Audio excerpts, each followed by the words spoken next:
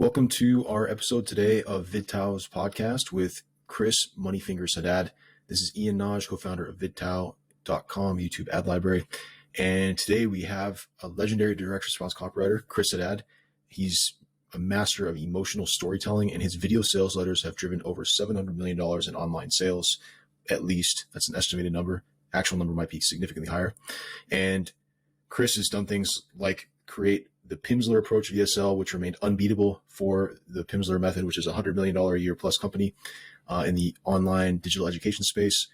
He wrote the control video sales letter for Power for Home, which was a massively best-selling offer on ClickBank, and just again and again, multiple crazy successful video sales letters.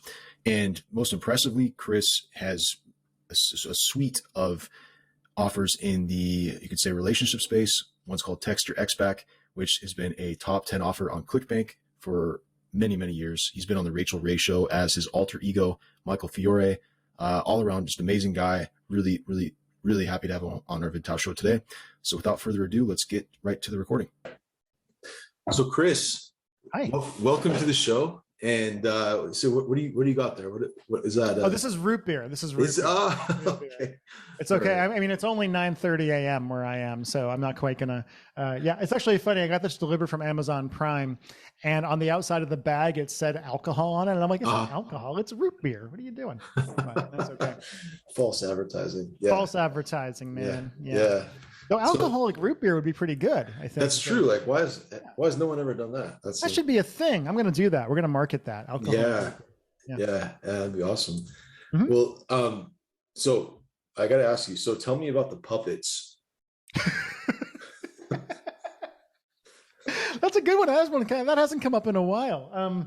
Man, where is he? He's in my closet over here. I'd have to kind of dig him out. The short version is, so I'm known for writing VSLs, obviously. Yeah. That's how I kind of got, I don't know how much people know about me from your show or anything like that, but I'm known as being one of the better VSL writers in the world, as it were. I teach people how to do it now. Like 10 years ago, my main business was my Michael Fiore relationship advice stuff. We still have that business going. It still does quite well. And I was just pumping out offers, right? I was doing 2 or 3 offers in the relationship advice niche per year. Each of those offers, we'd usually launch them with about $500,000 in sales, and then we'd make them affiliate offers that would just go. And we'd make, Language of Desire did 10 or 20 million in sales. A few others did more. Bought My House. It's cool. Nice. But I was always trying to figure out new ways to do things that'd be a little different. Because at the time, most VSLs were just text on screen or live action. And at one point, we're like, okay, we're doing this offer that's like a men's pickup offer, basically, that a friend of mine wrote. I'm like, how can we do it? And we decided to make a puppet show. So we had somebody from the theater community in Seattle make a puppet of Michael Fiore, and then he was the actual one in the thing the entire time. So there's a puppet of me that I have my own podcast, and I keep joking that at some point I'm going to have Michael Fiore on as a guest on my podcast, and I'm going to have the puppet do it the entire time. It'll be funny. So your ventriloquism skills are on point. Exactly. Yeah. That's awesome. Mm-hmm. That's awesome. Okay, so you bring up Michael Fiore. So I got to ask you. So okay, so tell us about Michael Fiore and Greg Jacobs. How are they connected? Craig Jacobs. Who's Craig Jacobs? Greg Jacobs. I don't know Greg Jacobs. Okay. So a mutual contact of ours. Yeah. I was super excited. I talked to Mo Latif is his name. And And I said, we're gonna have Chris Haddad on the show. He's like, Chris Haddad. And I said, he's Michael Fiore also. He's like, of course, but I thought he was Greg Jacobs. So I don't know who Greg Jacobs is. Never heard of Greg Jacobs. That's a name that I know everybody in this business, and I have no idea who that is. Michael Fiore is my middle name and my mom's maiden name. Okay. And when I decided to, 10 years ago, 2010, I was kind of at an inflection point in my career where I could either keep being a copywriter and doing freelance work and things like that, or I could go off and do my own offers. And I was also being asked at the time to do courses on copywriting, on marketing and things like that. And I had this option where I could either go off and be Michael Fiore, relationship advice expert, or I could be Chris Haddad, marketing guru. Right. And being a relationship advice expert and going on the Rachel Ray show and building an 8-figure business and that stuff just seemed like more fun at the time. Right. So I have an alter ego. He gets stalkers occasionally. He gets a lot of women from Africa for some reason, sending him pictures of themselves in their bra and panties, which is weird. And he gets at least 5 death threats a week. Basically. Oh, death I don't threats see from who? them though. I don't see them. Any patterns in the death threats, like who they're coming from, would you say? They're usually very angry, woman-hating men, incels, things like that. Oftentimes they're guys who, one in particular that I can think of is actually it's a woman in this case who threatened me, but she said that she tried my X-Back program, Text Your X-Back, and it didn't work. And her ex-boyfriend said, listen, you can try whatever you want, but you hit me with a cast iron frying pan, I'm not coming back. And wow. She was very angry about that. And I was like, maybe don't hit people with frying pans if you want to get your ex back. Yeah, that's going to burn the bridge. That's funny. I mean, so tell us more about, like, how did you decide to go into that space in the first place? And that's what a crazy specific niche on that. The way that worked was, so 10, 11 years ago, I was a freelancer. I was making 300 grand a year, which was good money. I'm not going to complain about that, but I was hustling all the time, right? I was running launches. I was writing 2 or 3 sales letters or sales videos a month for people. And it was just this hamster wheel, man, because I didn't have any passive income. I didn't have any semi-passive income, and I didn't own anything. And at the time, I had really low self-esteem around my ability to like build a business, which a lot of copywriters do. A lot of copywriters are like just kind of stuck in their basement at their desk, and they don't want to talk to anybody and shit like that. But I was really sick of seeing people I was writing copy for become very rich, and I wasn't. And I did an offer called Mobile Money Machines for my buddy Jay Diebold and Alan Sultanic. I don't know if anybody knows those names, but they're cool guys. And I wrote an offer for them. They paid me 25 grand, good money. I wrote the offer in like a day. Great money, 25 grand for a day, no problem. But they made like $10 million in sales in the first month or so. Wow. And at one point I was talking to Jay Diebold and I'm like, dude, how's it going? How's the offer? And he's like, dude, it's crushing it. It's amazing. And I'm like, cool. Well, send me and it was like ClickBank #1 at the time and things like that. I'm like, send me a bonus, man. And he's like, I'll send you a bonus. And he sent me 5 grand. And I was like, yeah, maybe I'm doing the wrong thing. So at that point I was like, man, what can I do that's different? What niche can I go into that I find interesting? And what's interesting to me is psychology. That's why I'm good at marketing. And I was like, what other niches out there that's really just about psychology where I can take my writing skills and my persuasion skills and apply it to that? And pretty quickly, the relationship advice niche kind of came up. And I created a product called Text Your Wife into Bed, which was all about how to use dirty texts to turn your wife on so you actually can have sex with your wife again. At the time, I was single and I'm a writer, and I'm very, very good at sending dirty texts. Ask my wife. That's how I got her. She'll proof. Yeah. Yeah, exactly. It's great. Yeah. She's a 6'1", gorgeous blonde woman with a 160 IQ. I think I did pretty well. Nice. Yeah. So that was the first thing I put out, and I had no idea what I was doing. I was still kind of in that copywriter mindset where I was just like, oh, I just write for other people. That's what I do. And at first I didn't really know what I was doing. But then one morning I woke up and overnight, Travis Sago, it turns out, had sent me some traffic, and I made $700 overnight while I was sleeping. And I was hooked, man. I was absolutely hooked.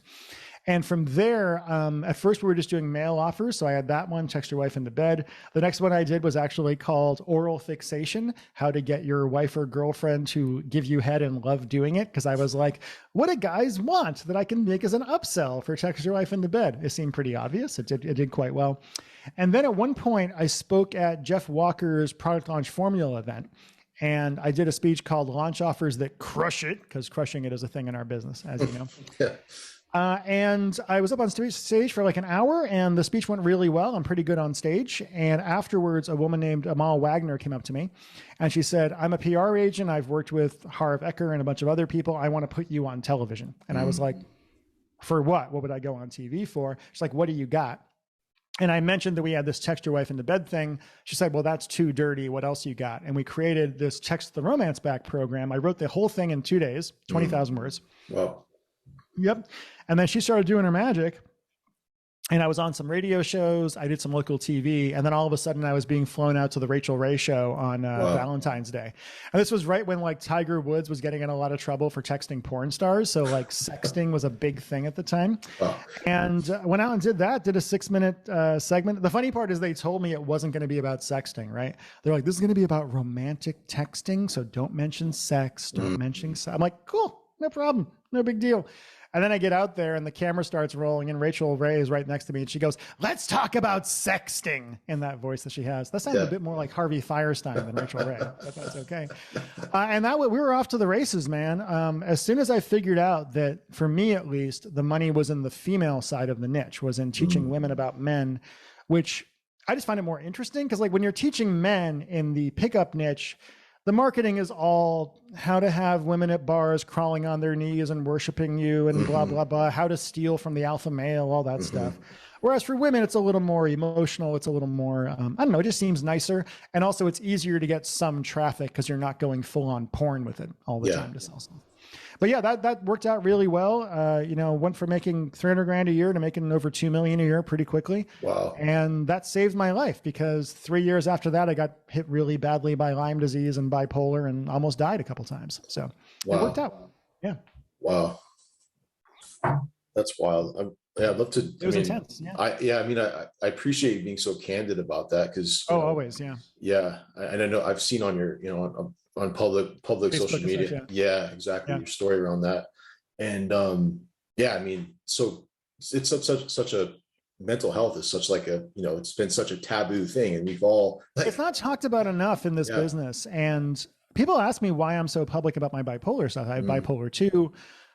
For quite a while there, I was a massive asshole because of that. There's a lot of stories. If you talk to people who've known me for a long time in this business, they will tell you some pretty interesting, hilarious, but mean stories about ways I've acted towards people. My favorite, though, is guys that are younger than me, and they'll say things like, they'll come to me and they're like, "Yeah, Chris, like 10 years ago, we were at a bar at Traffic and Conversion Summit on the roof, and you just ripped the shit out of me. You just like told me my copy sucked and all this shit." I'm like, "And I have to thank you because you doing that was what led to them making more money." My response is always, I wish I could have been nicer about it. But I'm very open about it because, I have Lyme disease because I got bit by a tick when I was a kid. I'm not ashamed of having Lyme disease. I wouldn't be ashamed of having cancer. I wouldn't be ashamed of having an STD, for instance, because this happens to people all the time. And I live a life where I'm financially secure. I don't have a boss. Nobody is going to not work with me because I have bipolar or anything like that. And so I kind of feel like I have a responsibility as somebody in a relatively powerful position to go out there and just be very open about it and unashamed about it. And also I get messages all the time, several times a week, from people who write me and say, "Hey, Chris, I have bipolar, I have schizophrenia, I have major depression, whatever." And it means a lot to me to see somebody who deals with significant mental illness, because I did come pretty close to killing myself a couple of times, but has reached success, right? Reached a level of financial success. And also when you reach this level of success where you're like known or you're famous in a niche or things like that, people tend to think you don't have problems because they're like, "Oh, like, I haven't had to worry about paying a bill in a long time, but there's still problems. Everybody's got problems. Everybody's got sad and horrible things going on in their life." And I think just being open about that is really powerful. Also, when I teach marketing and I teach copywriting, part of what I teach is being open and vulnerable and transparent and honest about things. And I feel like to do that, I have to kind of do it myself. Yeah, no, for sure. And I know you said a lot of things publicly about this already, but just for anyone who's listening right now, folks who are dealing with mental health issues, specifically like, and suicidal ideation, et cetera. I mean, what has been helpful for you in those situations when you've been, in the darkest moments, would you say? Man, friends, man, you got to have people in your life who love you and who understand. My wife, Angie, who I love more than anything in the world, she deals with depression and some anxiety stuff, and I deal with my bipolar. And because of that, we both get it, right? There's no judgment. She's seen me at my absolute worst. I've seen her at her absolute worst too. Even in my company, for instance, my assistant Vanessa the other day, she only started working with us a couple months ago in that role. And I wrote her a message and said, "Hey, so I have bipolar and I'm generally a very nice person. If I start not being a nice person, please go to Mike, who runs the business for me, or Angie, my wife. Tell them that you think I'm showing symptoms, and they will come to me and they will talk to me about it in a way that I will listen to, because I trust those two people." And I think it's really important to have at least a few people in your life who will not bullshit you about that kind of thing, right? Who will tell you when you're being delusional. When I get really bad, I lose all my self-esteem. I become very narcissistic. I get very insecure. I lose all my confidence. It's just a version of me that people don't generally recognize, honestly, because I'm usually very confident and whatnot. And you just need people around you that can take care of you in that way. And you also need to, I did a little short social media video about this, but you know, mental illness sucks. I'm not a fan of it. I look back on my life for 44 years and I didn't get diagnosed till I was 39. And I look back at my childhood and my teenage years and my 20s, and it was miserable. It was painful. It was every single day. I hated myself. I was depressed, etc. And that sucks. But with these things that suck, like bipolar, schizophrenia, etc., there are some compensations, right? So it sucks that I have to deal with bipolar and that I would pinball from depression to hypomania and mixed states and things like that. On the upside, you know, I'm known as being one of, if not the best emotional copywriter and emotional storyteller in copy alive. That's what people, you know, if you look at testimonials from David Deutsch and Carlton and people like that, they all say that. And I don't think I would be that or have that ability to understand emotion and understand people the way I do if I had not been to the depths of hell psychologically. Right. When also I was in a car wreck when I was 26 that crippled me for years. I'm still in pain. I'm in pain right now. But like having been through that agony for several years, knowing what it's like to be crippled, to, you know, not be able to sleep for weeks, to wake up and get out of bed and you can't even stand up out of bed. You have to crawl to the bathroom and you hold on to the sink and you pull yourself up just to be able to stand up, and dealing with the Lyme disease where I just was exhausted all the time and angry all the time, and the bipolar where I hated myself. It's given me an ability to understand people and empathize with people in a way that I wouldn't otherwise be able to. So if I went back 44 years and said, hey, Chris, would you rather have bipolar or not? I'd rather not. It sucks. It is. I'm surprised I never killed myself. I'm surprised with the other things, but I don't have a choice on that. I got it. I might as well take advantage of what comes along with it. And when I talk to people who have other mental illnesses, I'm like, listen, there's power there as well. It sucks, but there is power there as well. And also, you are not alone. Yeah. You're just not, especially now, the pandemic and what's going on politically and like the world going on fire. A lot more people are dealing with pretty significant mental illness. And I think it's powerful to get out there and just be open about it. I love helping people who are dealing with that kind of thing. It feels very gratifying to me to take somebody in their 20s or whatever and be like, listen, man, it's going to be okay. Here's the path you can follow. Yeah. I mean, that's what I was, you know, when I first started seeing your social media posts about that, it was kind of a, it was shocking how open you were. And it was so refreshing and so, it was humbling too, you know, so just want to. Well, nobody can make you ashamed except for you. Yeah. Yeah. Right. And that's the way you, like, even in my Michael Fiore stuff, I gave relationship advice for years and years, and people would say, they write in and say, hey, Michael Fiore, I have herpes or whatever. How do I bring that up with a date? And I'm like, you bring it up with a date, matter-of-factly and with no shame. That's how you do it. You just say, oh, by the way, here's a thing. By the way, like 50% of everybody has herpes or 80% of everybody has herpes. It's not that big of a deal. But with anything, if you are not ashamed, they cannot make you ashamed, right? And that's the key to me. And it's very common. I mean, almost everybody has experienced real depression. Almost everybody has experienced all of that kind of stuff. So you are not alone. Is kind of what I tell people. Yeah. That's awesome. Thank you for sharing that. And so, I mean, how would you say that your approach to the emotional side of just understanding markets and all that is sort of a natural outpouring of just who you are? Or is there like a process that helps you to kind of unlock that and get that flowing? It's been developed over years. So one of the weird things about bipolar is I'm known as a very empathetic person in general. But when I'm bipolar in that state, I have no empathy at all. I basically turn into a narcissist. I wouldn't say a sociopath, but I become it's funny because my wife and I talk about that guy as a different person and we don't really like him. He's mean. We kind of joke that my brain with no ethics is kind of a supervillain basically. And we don't really need that. Sorry, I lost my train of thought. What was the question again? Just I kind of bounced off there. No, that's super interesting. And if it's natural or not. So the weird thing is when I have no empathy, I had to learn kind of to like see empathy from an intellectual standpoint and study it that way. And then when I am medicated, I'm just a very naturally kind of emotional person. And between those two, I slowly was able to kind of develop my writing style and develop the way that I do things.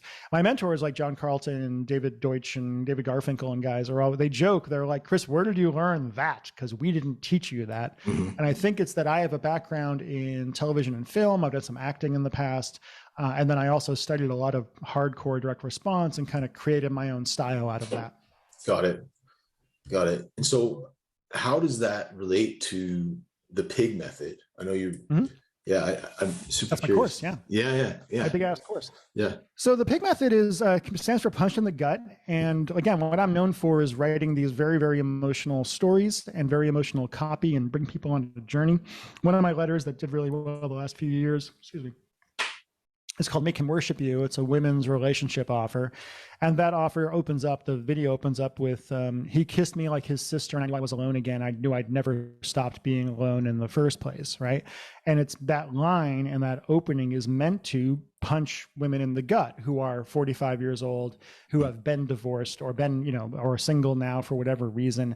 And I know they all go through the same process over and over again. It's you meet a guy, you get excited, you have sex, you think it's going to be great. And then all of a sudden he pulls away and you're stuck in this hell again.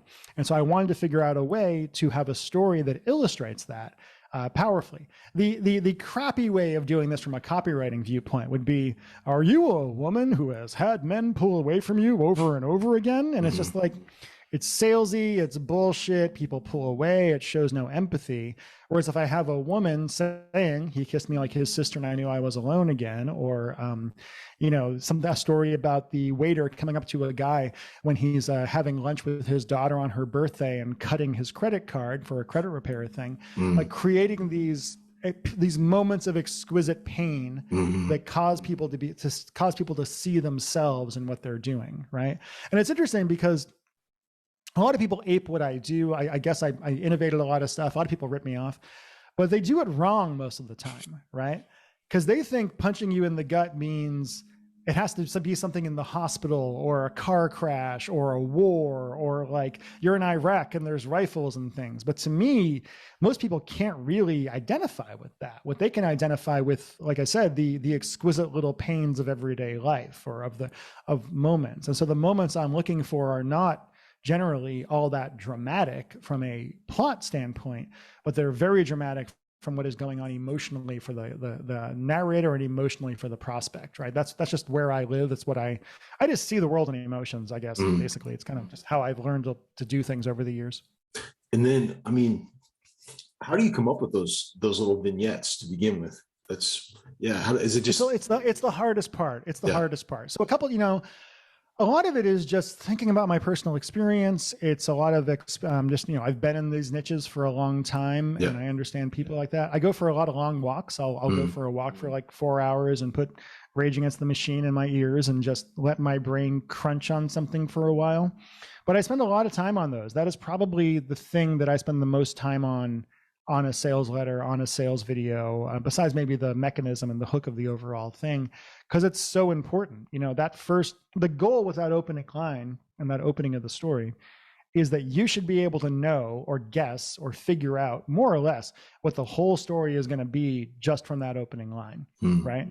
So with he kissed me like his sister and I knew I was alone again, women who see that are like, oh, I've been there. And I've been through that experience and I know how it kind of ends or what's kind of been through it. And then through the storytelling, we take them out of that loop to the promised land, basically, where they're going to finally get what they want. Wow. That's interesting. Yeah, it's fun. That's super cool. And then how do you usually, let's just say you're writing you were to write a sales letter in that kind of way. How many of those intros would you typically do? How many of those stories would you do? We'll split test several of them. Coming up with one is usually the main thing, but we'll split test slightly different moments. We'll split test. I know for Make Him Worship You, I had a couple different angles that I tried that didn't quite work or didn't quite feel right. But eventually, I'm a big fan of split testing in general, and your lead is always what you can split test the most. One thing people think is that they'll look at my work and they'll be like, oh, Chris, you always open your sales letters or sales videos with that story. And I often do, but I also very often, all the time, I will split test a different lead than just starting with the story. story, because for some offers that'll do better. I've seen 20, 30, 40% increases in conversion starting with the story. For others, it won't. And I always tell people, listen, man, you got to split test everything, because I've been doing this a long time. I've had a lot of successes. I've had $700 million worth of sales for all these things over the years, but nobody knows everything. You got to stay humble, because what works today might not work tomorrow, and what worked 10 years ago might work now, even though it stopped working for a while, just because of the sophistication of the market and how these things work. Have you ever been just really surprised on something you would have bet would work really well, didn't work, and then something that you kind of had an afterthought about, tested it just for the heck of it? Yeah, but everybody's had that, right? Yeah. Even when people say, Chris, which of these two headlines do you think is going to win? I say, I think that one, but I don't know. Yeah. You never know until you actually split test it. And then it's also about just like knowing you're getting the right kind of traffic to be able to work with that particular message. But the main thing, I think one thing I like about being a bit older is I'm a lot more humble about this stuff than I was when I was younger. Right. When I was younger, I was like, I'm a hot shot. Everything I do is going to be great. And now I'm like, no, I mean, we all have failures. We all have things that work and don't, but success comes from not being afraid of failure, ultimately speaking. Right. For sure. So yeah, I'm just curious, like you have the relationship space is so obviously emotional. Yeah. Then you look at some of your other real highlights, like Pimsleur, right? Power for Home. Yep. I'm just curious how you take something, how you dig into those emotions and really tap into them for, language learning, for instance. I just always think about a lot of what I teach is about learning what really motivates people, what actually motivates people. And an example I give when I'm doing sales calls for my course or whatever else is the X-Back niche. And I did really, really well in the X-Back niche. We were making $1,000 to $2,000 a day, every day for like 6 years off that offer, without really touching or changing anything on the offer, right? We should have tested and changed things, but we didn't. And in that niche, if you ask most women or most men, what do you want? What is attracting you to this niche in the first place? They will say, I want my ex back, right? I want my ex-girlfriend back. I want my ex-boyfriend back, whatever. And that's bullshit. It's not actually what they want. They don't want their ex-boyfriend or their ex-girlfriend back. Usually when you break up for a reason, right? What they really want is their ex-boyfriend or their ex-girlfriend to want them back, right? That is the actual pain part, is the rejection, not the really not being with that person anymore. Being dumped is like, they've shown brain scans where being dumped is like going off cocaine after being on cocaine for some time. And so a lot of it is just about taking a step back and thinking about like, what is this really about? For Power for Home, the original version of that letter was, hi, I'm John. I'm going to teach you how to save money on your power bill. It's like, great. Okay, I want to save money on my power bill, but why do I want to save money on my power bill? How can I take the idea of saving money on your power bill and extrapolate out from it a much more human and emotional kind of thing? So for that letter, I looked at the fact that it's for conservative, 50-year-old-ish, somewhat right-wing kind of white men, basically. And I said, okay, that kind of man, what is he afraid of? What is his idea of masculinity? What is his idea of family? What is his idea of what power is in the first place?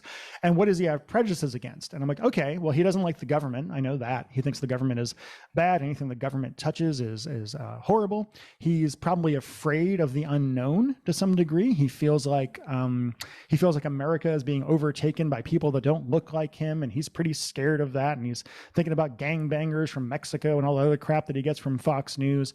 And he has these ideas of traditional masculinity and this idea that a man's job is to protect his family, right? Which I think it is too. I protect my wife, I protect our little doggy. I'm like, okay, well, instead of it just being how to save money on power, what if it's about America's failing power grid? What if it's about the fact that you can't trust the government to protect your family, and that if you trust the government to protect your family will be in danger? What if it's about, hey, yeah, you'll save money on power. That's great. But you'll also have a house that is an island of light in a sea of darkness when America's power grid fails. And all of these dumb liberals who didn't take this stuff seriously are at your door, banging on the door, begging to be let in. But you say no because you were the smart one. You were the one who took precautions. You were the one who protected your family. And that's what I do with all this stuff. It's not about the shallow benefit. It's about the deep benefit. It's about how is this going to change your life? How are you going to feel more powerful? How are you going to feel, in this case, how are you going to feel like more of a man than you did before? It's deep stuff. That is super deep. And I mean, and maybe it's just, your natural ability and all this, the years of experience, but I'm just curious, like how do you get there from, like, for the text your ex back situation, how do you arrive at, hey, this is what they actually want? Or how do you arrive at, like, this? You'll learn to see reality. I say you worship reality, right? That's what I say. You worship reality. I'm not a religious person. I'm not a spiritual person. And I think that has made me very good at what I do. I have no problem with people that are religious or spiritual. I just don't personally believe that stuff. And what I have done in my career and in my life is really try to see human beings as accurately and unromantically as possible. I read a lot of books on evolutionary psychology. I've read a lot of books on psychology in general. I read a lot of books in general about all sorts of things. I do a lot of research on cults. I do a lot of research on serial killers and criminals and all of this stuff, and watch horrible things about World War II and man's inhumanity to man, like what Putin is doing to all those poor people now, et cetera, and just try to see humans as animals. That's what we are. Ultimately speaking, we are monkeys, we are mammals, and we have the same mammalian impulses and weaknesses and desires and needs as anyone else. And like all mammals, we do not make decisions psychologically, we make them emotionally. Plenty of psychological research shows that what happens is your unconscious mind makes a decision to buy or to hit on somebody or to do whatever. And then your rational mind is what comes in and says, okay, I need a reason I can tell myself that I did that makes me feel good about who I am and that I'm not just kind of being dragged along like this. But I think humans are messed up, man. We're weird. Our brains are basically just meat computers. The reason we will never do anything about climate change and that we're all screwed is that our brains are not capable of seeing an existential threat like that and actually doing something about it. The reason that people are, in many cases, retreating away from science and rationality and more towards religion stuff and things like that, a lot of people are on the right particularly, is because they're scared and they don't know how to solve this problem. And as human beings, when we are scared, we look for a leader. We look for somebody who at least seems like they know what they're doing. Unfortunately, those people are usually narcissists who don't know what they're doing, but they act confident, and we want to follow those people. Even the relationship advice niche, right? The reason I was successful in that niche was because I'm not afraid to get up on stage or get up on camera and be like, follow me, I know what I'm doing, right? I will help you solve that problem. If you're willing to do that, like, this is a big thing too. No one wants to take responsibility for their success or failure, right? Nobody wants to do that because everyone's afraid they're not good enough. When I teach people copywriting stuff or how to make money online, they're like, well, I can't do that. How am I going to do that? What if I fail? What does that say about me? If you can be the person that says, listen, man, it's not on you. It's on me. It's on the material that I'm giving you. It's on the product that is going to do the work for you, and giving them the chance to feel good about that and taking that fear of self-recrimination and self-hatred out of it actually works really, really well. Wow. That's weird stuff. I know a lot about this, it turns out. I can just talk about it. I love it. Yeah. So this is amazing how you're able to go deep on these human needs and identify them and then, like, really evoke them with the copy. Yeah. How this, hypothetically speaking, or maybe even in actuality, would you be able to do that for, let's say, a really bad offer? You can, and I have, but I don't anymore. I haven't freelanced in a long time.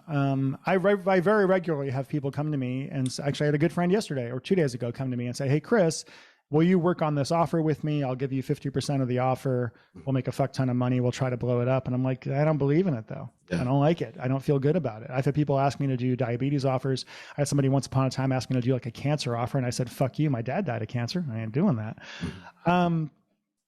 But you can do it. But this is the thing too. When I have my students, my copywriting students, sometimes they come to me and they're like, oh, I have this job that I agreed to do and I'm doing it. And what do you think? And I say, you shouldn't have taken that job, is what I think. Because, for instance, one student of mine, Dawn, she was brought in to save a launch, basically, right? That wasn't doing well. It's a woo-woo niche launch. And she brought it to our training call. And I was like, you should not have taken this job because you are not going to be able to save this because the offer sucks. And like, no, I am a very, very good copywriter. I'm one of the best there is out there. And there are plenty of times that I've had plenty of failures. And normally when I have a failure, it's because the offer is not something that's good enough. The concept wasn't thought through right, basically, or it's an offer I just don't believe in. right? For instance, I gave up writing health letters about a year ago, right? I just because I'm not passionate about it. I don't care about it. I don't believe in half of it. I don't want to spend all my time in, medical science research stuff and things like that. What I enjoy is more psychologically based stuff. I like, how to make money stuff. I like real estate investing stuff. I like, relationships, all that stuff. So I stick to kind of the things that I'm passionate about. You will not make money. If you're trying to write things that you don't care about or don't like, you will not make a lot of money. You just won't. How would you define what makes a good offer? If it is a thing, if the concept of the offer does half the selling for you, okay, right? So for instance, like text the romance back or text your ex back, right? I spend a lot of time naming products. I spend a lot of time thinking about what is going to be a name that is going to draw people in a powerful way. And sometimes that means that you just make the name the benefit, like text your ex back. Okay, it's right on the tin. It tells you what you want. It tells you what the mechanism is. I can tell people randomly without a sales letter, hey, it's text your ex back. It teaches you how to use text messages to get your ex back. A lot of people who are in a place of pain are immediately like, oh, I want to know about that. I want to buy that. And then I write copy that pumps it up and gets to the point that it really, really, really sells hot. But if you have an offer that, sometimes people will be, here's an example. This is a hilarious one. Years and years ago when I was still freelancing, I would get crazy calls all the time. Was that Jordan Belfort called me at one point? Oh, wow. The Wolf of Wall Street guy. Nice. It's actually really funny. So he calls me up and he's like, hey, Chris, I hear you're an amazing copywriter. I have this thing I'm working on. I want to hire you. I'm like, all right, cool, whatever. And I'm like, oh, here's what it costs, whatever it was at the time. Yeah. He's like, yeah, man. So can you do me a solid? Like, if you do me a solid, then like, there will totally be more for you in the future. And I'm like, yeah, fuck you. That's never true. Right. Yeah. And then and on the phone, he's like, no, man. Right. Like, you got to understand, like Martin Scorsese is doing a movie about me and Leo DiCaprio is going to play me. And I'm like, what the fuck, dude? That is bullshit. There is no way that is true. And then like 2 years later, the movie comes out and I'm like, okay. Right.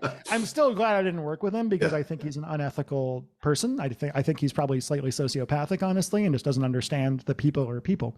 But my other favorite is a guy that came to me once and he said, hey, Chris, I have this amazing idea for an offer. I'm like, okay, what is it? And I was still freelancing at the time.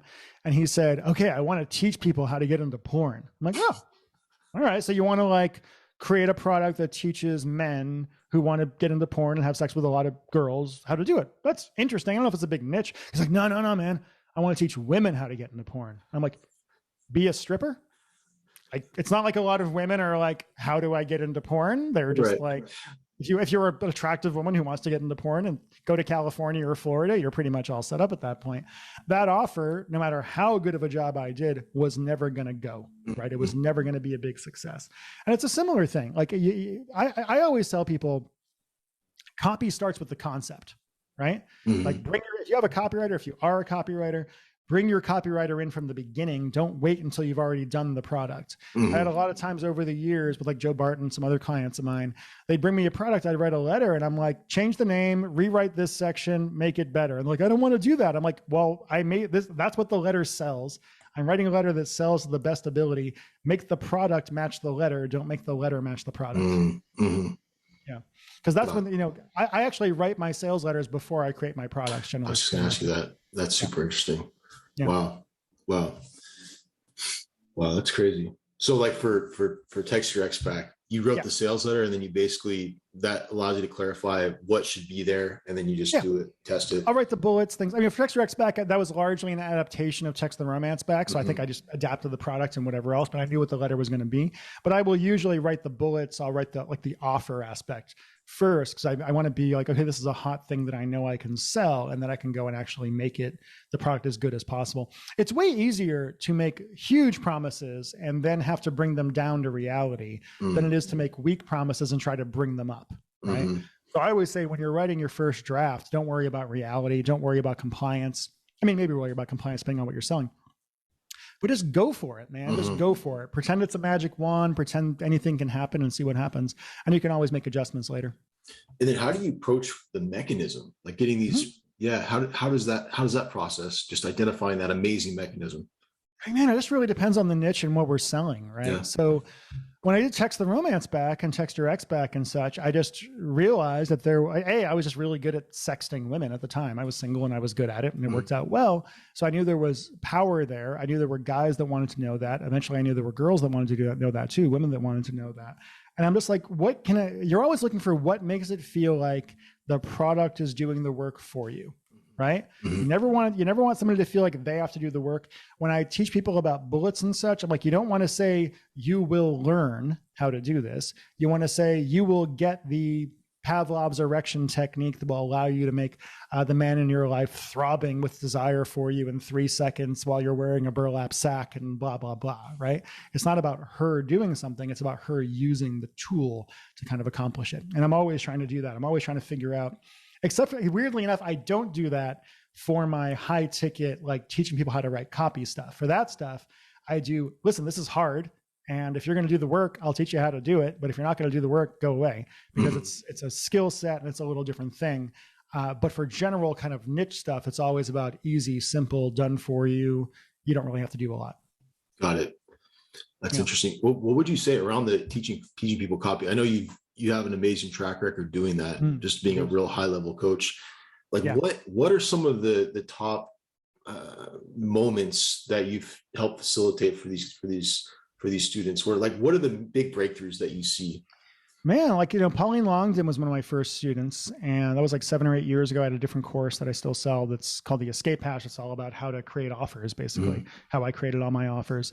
And when we got started with her, she was maybe a year in and she was just learning. And then I got really sick and went away for a few years. And when I came back, she was pretty damn close to the A-list, really. And she said that what she got from me was like understanding people, seeing emotions, seeing what people really, really desire and really, really need. Other times it's like students of mine like Moni, who just did her first ever VSL and it's doing really well, or some other people. It's just really, maybe I'm just getting old, but I'm at that point in my life where I take more satisfaction out of people I'm teaching success than I do out of my own. I've had a lot of success. I continue to have a lot of success. I'm really lucky that way. But there's just something about seeing other people. I think it's just evolutionarily, we just do that as human beings. You get old and your job is to like pass it on to the next generation, less than it is to grandify yourself, basically. I just made up that word, grandify. Grandify. Yeah. Grandify. It's a great one. Mm-hmm. Well, what's next? Like, what are you most excited about for the next few years in this space in terms of business, life in general? I mean, for me personally, I'm excited to build up my Chris Haddad copywriting guru business. I'm having a lot of fun with it. Yeah. It doesn't feel like work, It just feels like I'm waking up every day and just creating videos for people and creating content. As you can tell, I know this stuff backwards and forwards. So creating products on it is actually really fun. I'm working on one right now called Mr. Moneyfingers Haddad's social media FOMO launch formula. That's about how to use fear of missing out on your launches. And it's basically a product. This is so meta. It's a product where I teach people how I did the launch, where they bought my Pig Method course back in December. Because it was purely on Facebook. I had no affiliates. I still have no email list. I'm just lazy. And we didn't do any paid traffic, no affiliates, no email. We did $700,000 in a week and a half, 3 weeks before Christmas, between Thanksgiving and Christmas, during the middle of a pandemic when everybody's broke and everybody's like saving their money for Christmas. It was really good. So people asked me to create a product on that. And I'm like, sure, I'll do that. If you want to give me money, I'll totally do that. I'm a big fan of, what I'm going to teach in that course, I outlined it the other day, is largely about how to get your prospects to help you create the course, but also feel like it's their course, right? How to teach, like, my students, people that followed along that launch, I very nicely made them want me to succeed, right? I got them on my team. I was very open. I was vulnerable. I kind of talked about my own travails and things like that, to the point that when we actually opened, a lot of people who bought from me were also selling their friends on the course for me, right? They wanted to see me succeed. They felt like they were part of the group. It's a lot of in-group, out-group stuff too. Like FOMO, fear of missing out, is all about in-group, out-group stuff, which is a whole other topic. Nobody likes to be ostracized. It's one of the most painful things that can happen to a human being. That's so true. Yeah. So I'm going to hit you up for a couple of minutes of free advice then, given this, I'm super interested about this implementation of FOMO. So as you know, well, super excited about having you in Oxford for our first VidTao Live. Dude, me too. And you and your wife and Angie, my wife was actually born in England. That's so cool. Where she grew up in New Zealand, but she was born in, I'm not really sure where in England she was born. I have to ask her parents, because she went from England to Canada. They were in Canada for 6 or 7 years, and they escaped Canada for New Zealand like 35 years ago or so. Got it. And she moved here for me, and that's pretty awesome. Nice. So she still has that cool New Zealand accent then. She does still have that cool New Zealand accent, though it's been 7 years now, and I guess her sister tells her that she's starting to sound a little American. Kind of funny. That always happens. That's funny. Yeah, I'm super excited though. That's going to be fun. I haven't been to England in 20 years now, so it'll be fun to go over. Yeah, I know Paris and Peter Kell. Paris, Acropolis, and Peter, and this should be a good time. Should be fun.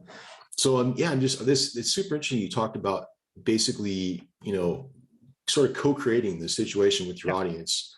And I'm just curious, like, how would you go about doing that for instance, for like a live event, which is really constructed for our audience in the same way. People want to know what you're going to be saying, Paris and Peter are going to be saying, everybody. Yep. How would you go about that? Like, well, the way I did it for like the Pig Method course, for instance, which I'll go through in the product that I'm going to do, is that from the very beginning, I made that collaborative, right? Mm-hmm. So the first thing I did was I posted on my personal Facebook, and I just said, hey, I'm thinking about doing a course on storytelling and copywriting stuff that people have been asking me for years. Would you be interested if I did that, right? Mm-hmm.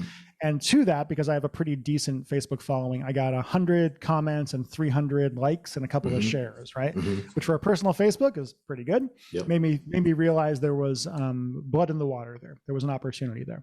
So then what I did is like, okay, you guys want me to create a course. What do I do next? And I'm like, oh, well, what should I name it? And then I spent like a week asking people for their advice on various names that I was working on and getting them to really feel like they were collaborating on it. One of the things that I learned this from was Twitch streamers, right?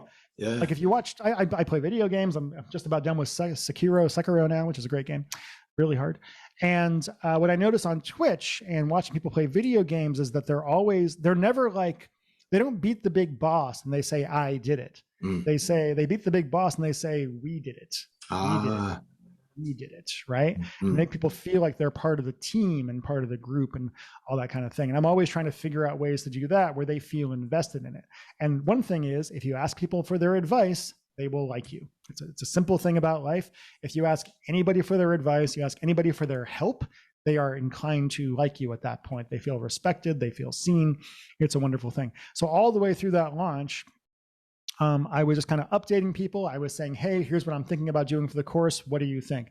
Here's the other thing. What do you think? Here's the date that I'm going to do. And also a lot of teasing. I do a lot of teasing throughout all of the stuff that I do, where it's like, oh man, I just did this great thing in the course where I talk about, and then I do like a fill in the blanks thing, but don't show it. I can't tell you what it is, but it's going to blow your mind later, right? Like just doing that kind of thing, or having people who have helped you with stuff and saying, hey, can you do me a favor? Can you go on Facebook or whatever and write about, oh man, Chris just showed me this thing. I'm not allowed to tell you what it is, but it's awesome. And just building that up and building that up and building that up, where the people that are helping you feel like they're on the in group, they're special. Right. And the people that are outside really want to be in that group in order to feel good about themselves, and just pushing that. The great thing about it is if you do it right, people know what you're doing and they really enjoy it anyway. Yeah. Right. And one thing that I'm good at is making this stuff fun. One thing that I enjoy about marketing as Chris Haddad, whatever you want to say, I use both, is I can just do whatever I want, right? Like I can be funny, I can be profane, I can swear, I can say inappropriate things. That's part of who I am. And that's part of what people are attracted to for that particular thing. And a lot of what I teach people these days is like, get in touch with your weirdness, get in touch with your personality. Don't be afraid to people ask me, they're like, Chris, you seem very confident and unafraid to be yourself. And I'm like, yeah, because we're not in high school anymore. Like nobody's waiting to make fun of you because you wore the wrong shoes to school, right? Like we're old now. It doesn't work that way. But that's a lot of it. I'm big on genuineness and transparency and fun, especially when you're selling marketing stuff. It's great because people who are marketers and copywriters, they love being sold. Right. And the cool thing is I'll use all these fun, like psychological techniques to sell people, and they'll see what I'm doing. They're like, oh, you did this thing, but it just makes them happier to buy from you because then they know it's like self-reinforcing proof at that point. Right. It's really fun. Right. You're like the shoemaker but the kids do have shoes, kind of thing. Yeah, exactly. It's a good time. Yeah, that's awesome. Well, Chris, man, is there anything that you think people want to know that I haven't asked about? How did I grow this mustache? I don't really know. That's a good question. You have I was trying to pull your picture for the sales pitch, and you got this is the current iteration. So what made you decide on this particular configuration of facial hair? Honestly, years ago, my dad had a mustache. He died a long time ago. And I think it was like 4 years ago, it was near his birthday. I decided to just grow a mustache kind of as a hey dad, I miss you. Yeah. And I had one that did not have the handlebars at that point. I just went like this, but I didn't really like the way I had it for a while. It was kind of okay. I got rid of it. And then one day I grew a beard for a while, and then I decided to shave it into this. And then I was like, I kind of dig it. The weird thing is now, I've had this for 4 years or so now, and I really like it, but I'm also kind of stuck with it because if I shaved it now, people would be up in arms, and it's kind of become part of my brand in a way. Yeah. And so it kind of has a nice feel to it. I'm also told that it makes people think I'm scary when they first meet me, which is kind of enjoyable too. And I'm like, no, I'm just a big goofball with an awesome mustache. I'm not a biker or something. I just like having the facial hair. Yeah, it's got this. It does convey that sort of biker inner toughness, I guess. But it's kind of on purpose too, because it's you get that kind of intimidation, but I'm also just funny and weird, so it can be disarming to people. Exactly. Yeah. Well, sometimes being scary is useful. Right. Yeah. Well, you have the edge, so people know that. Push it. Yeah. I had a friend. One of my students that gave me the greatest compliment. Chris Sutton gave me this. Who's English? I'll probably see him over in England actually. And he said, Chris, you are a confusing mix of heartfelt and terrifying. I was like, yeah. Love that. Yeah. That's going to be I'm going to name a book that or something. Heartfelt and Terrifying, the Chris Haddad story. I think it's kind of great.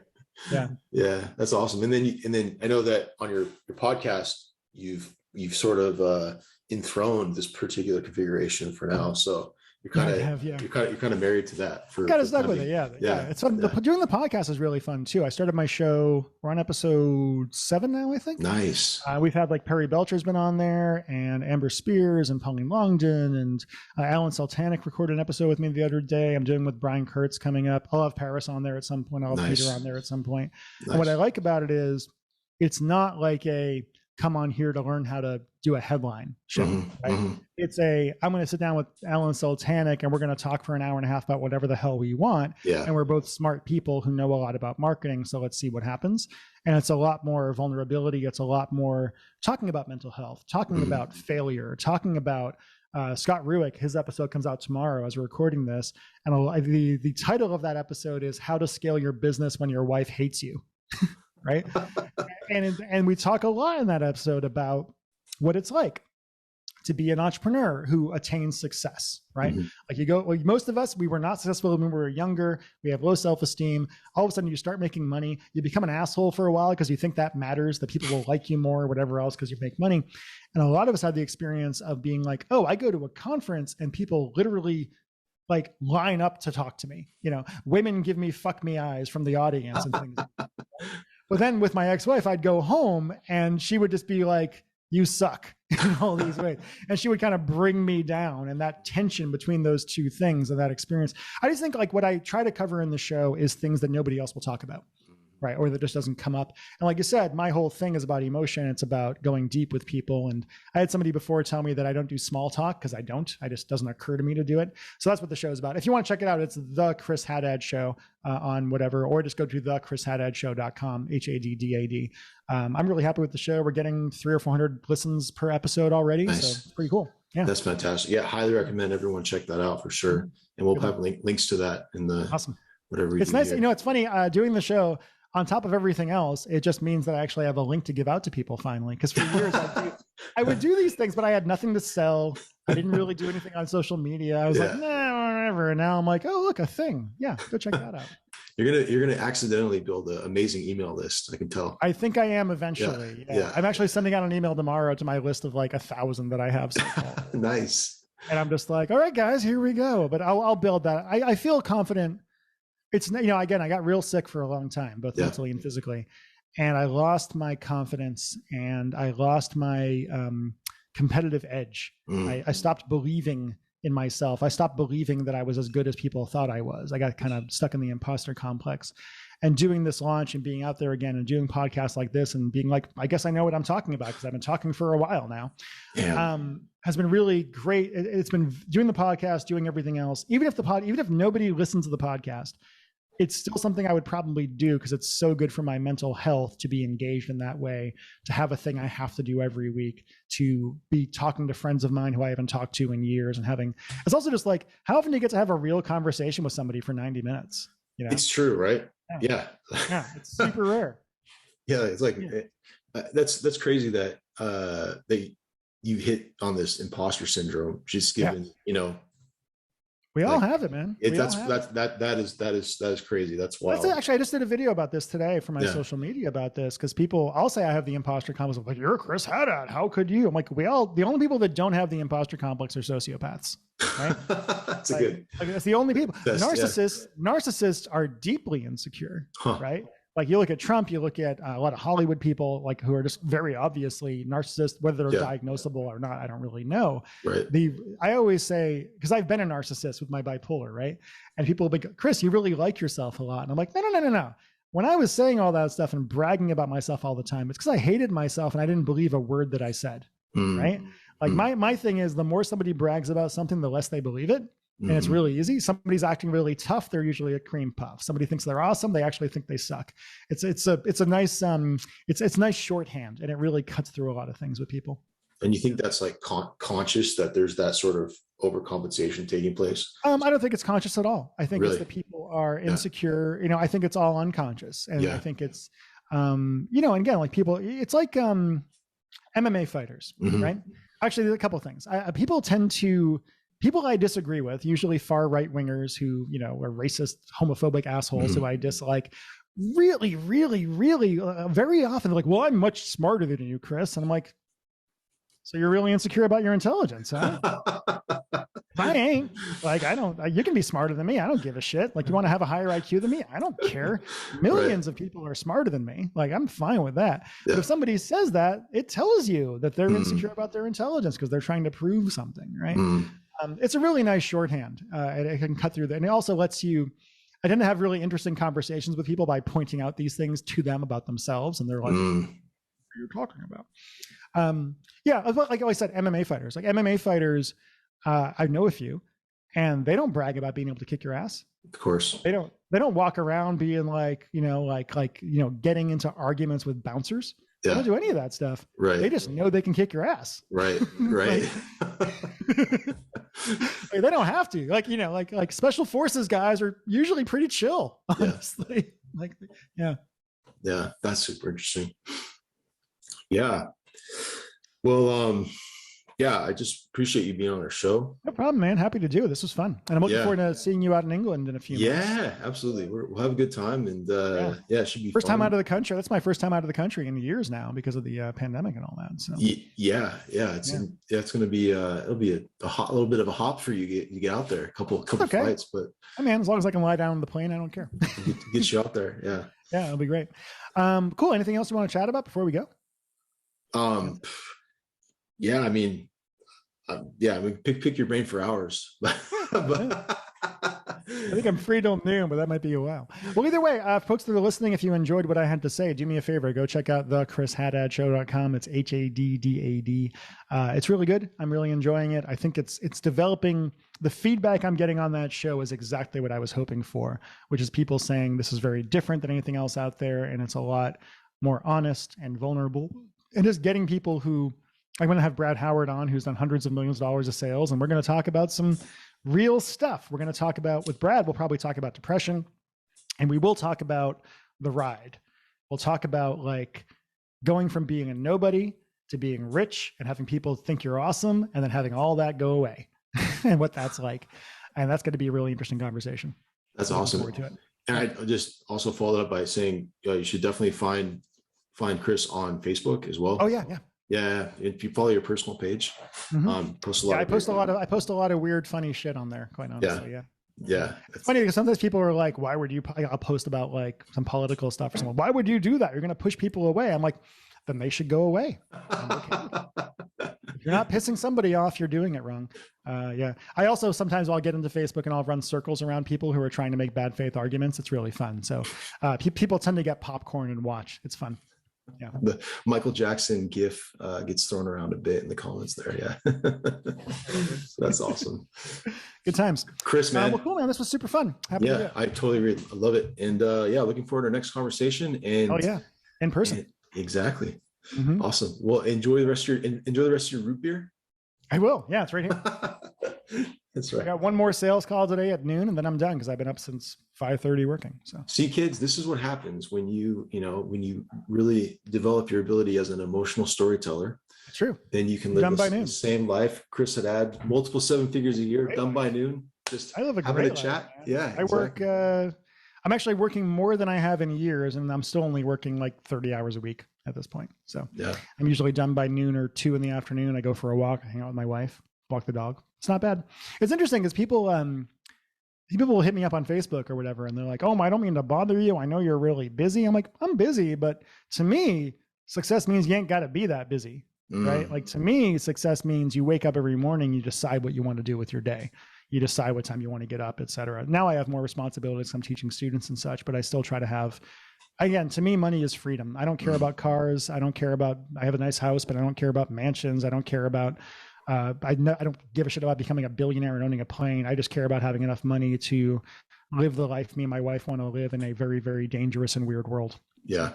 Requires a little bit of a nest egg for sure to pull that off. I just feel like the middle class is disappearing more every day. So either get rich or be poor, unfortunately. Yeah. Yeah, absolutely. You can have impacts too with that. What I'll ask you, sorry, one more question here. No problem. Before we got started, you're talking about you're training your sales team right now. So you're doing, so this is what people should know too. If they want to talk to Chris, you can actually right now, you can book a call with Chris for free. Yeah. And we'll talk for 45 minutes and you will see how I sell you. Yes. And you will not realize I am selling you, probably. Yep. And that's how it works because it's very consultative. When I do those calls, they're very consultative and they're very I just want to get to know somebody and see if they are who I'm looking for. Like I will not sell my program to somebody who I don't think is going to get value out of it. I just won't.